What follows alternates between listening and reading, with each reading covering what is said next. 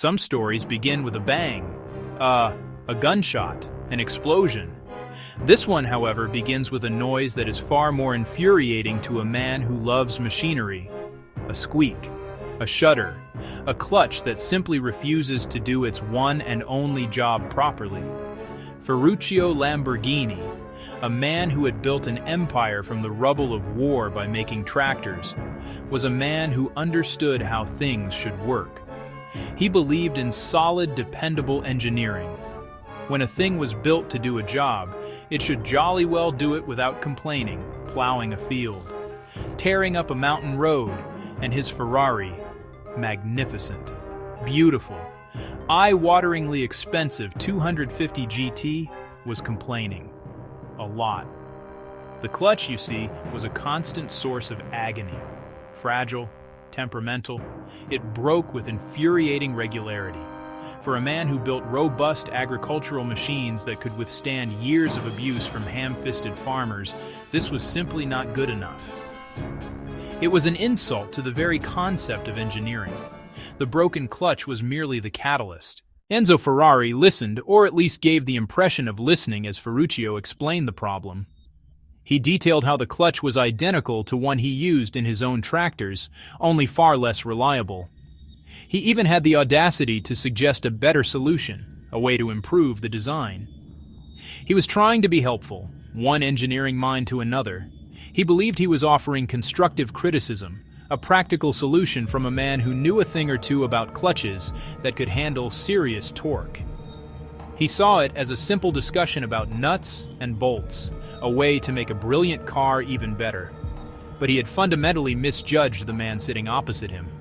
Enzo Ferrari did not build cars for tractor manufacturers. He built them for connoisseurs, for racers, for men who understood the soul and the temperament of a thoroughbred. He wasn't interested in reliability or practicality. He was interested in victory on Sunday. Enzo's response was not a technical rebuttal. It was a verbal slap, delivered with the cold, dismissive precision of a surgeon. He looked Ferruccio square in the eye. The problem was the driver. The clutch is not the problem. You should stick to driving tractors. That was it. In one short, brutal sentence, Enzo Ferrari had dismissed Lamborghini's success, questioned his skill, insulted his pride. He was a bull of a man. And you do not wave a red flag at a bull and expect it to simply wander off. He didn't shout, he didn't argue. He simply turned and walked away. But in that moment, a decision was made. A fire had been lit. He wasn't just going to fix his Ferrari. He was going to build something better, so magnificent it would make Enzo Ferrari eat his words. The war had begun. Returning to his own factory in Sant'Agata Bolognese, Ferruccio was a man possessed by a single, burning ambition: revenge.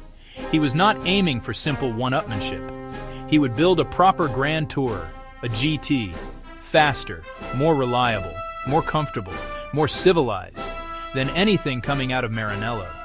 He knew tractors, yes, but he knew what wealthy customers wanted. The speed of a race car, without the Spartan interior, without the temperamental mechanics. He assembled a dream team, poaching brilliant minds from Italy's top engineering firms, including Ferrari itself. He hired Giotto Bizzarini, the genius who designed the Ferrari 250 GTO, to create his engine.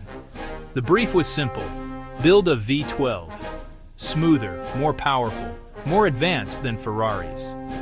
Bizzarini delivered a masterpiece, a 3.5-liter quad-cam V12. A racing heart, barely tamed. Next came the chassis and the body. He turned to the great design houses, the Carrozzeria, to sculpt the drama. The result was the Lamborghini 350 GTV prototype, unveiled at the 1963 Turin Auto Show. It was a stunning machine, low and sleek. But it was just the beginning. The production 350 GT followed soon after. Elegant, powerful, all-independent suspension, a flawless 5-speed gearbox. A true high-performance GT. The world took notice. Ferruccio had proven his point.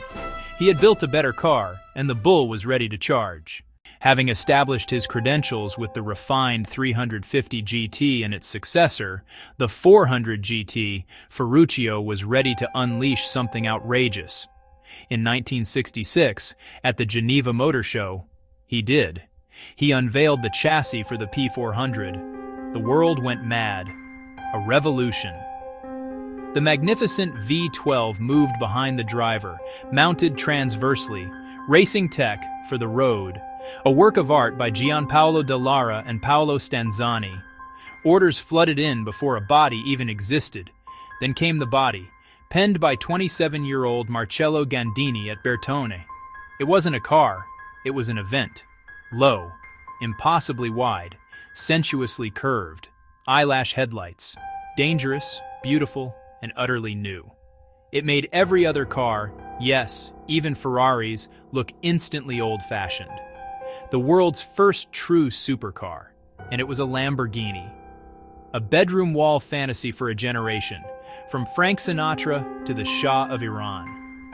A symbol of rebellion, flamboyant excess, breathtaking performance.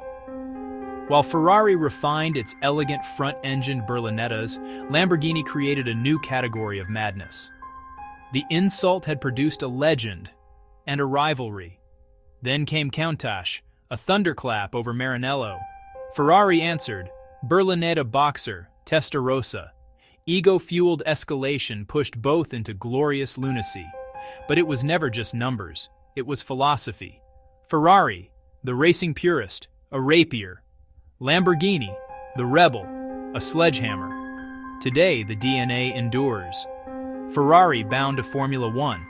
Lamborghini, under Volkswagen, builds wild, angular beasts that scream for attention.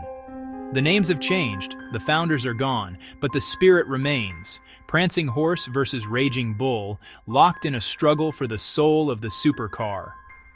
One of history's greatest rivalries, born from a single, poorly chosen insult over a faulty clutch. Never underestimate a man who builds tractors. Ferruccio arrived with a broken car and left with a purpose. He didn't just get revenge, he gave the world a dream. A loud V12-powered dream shaped like a raging bull.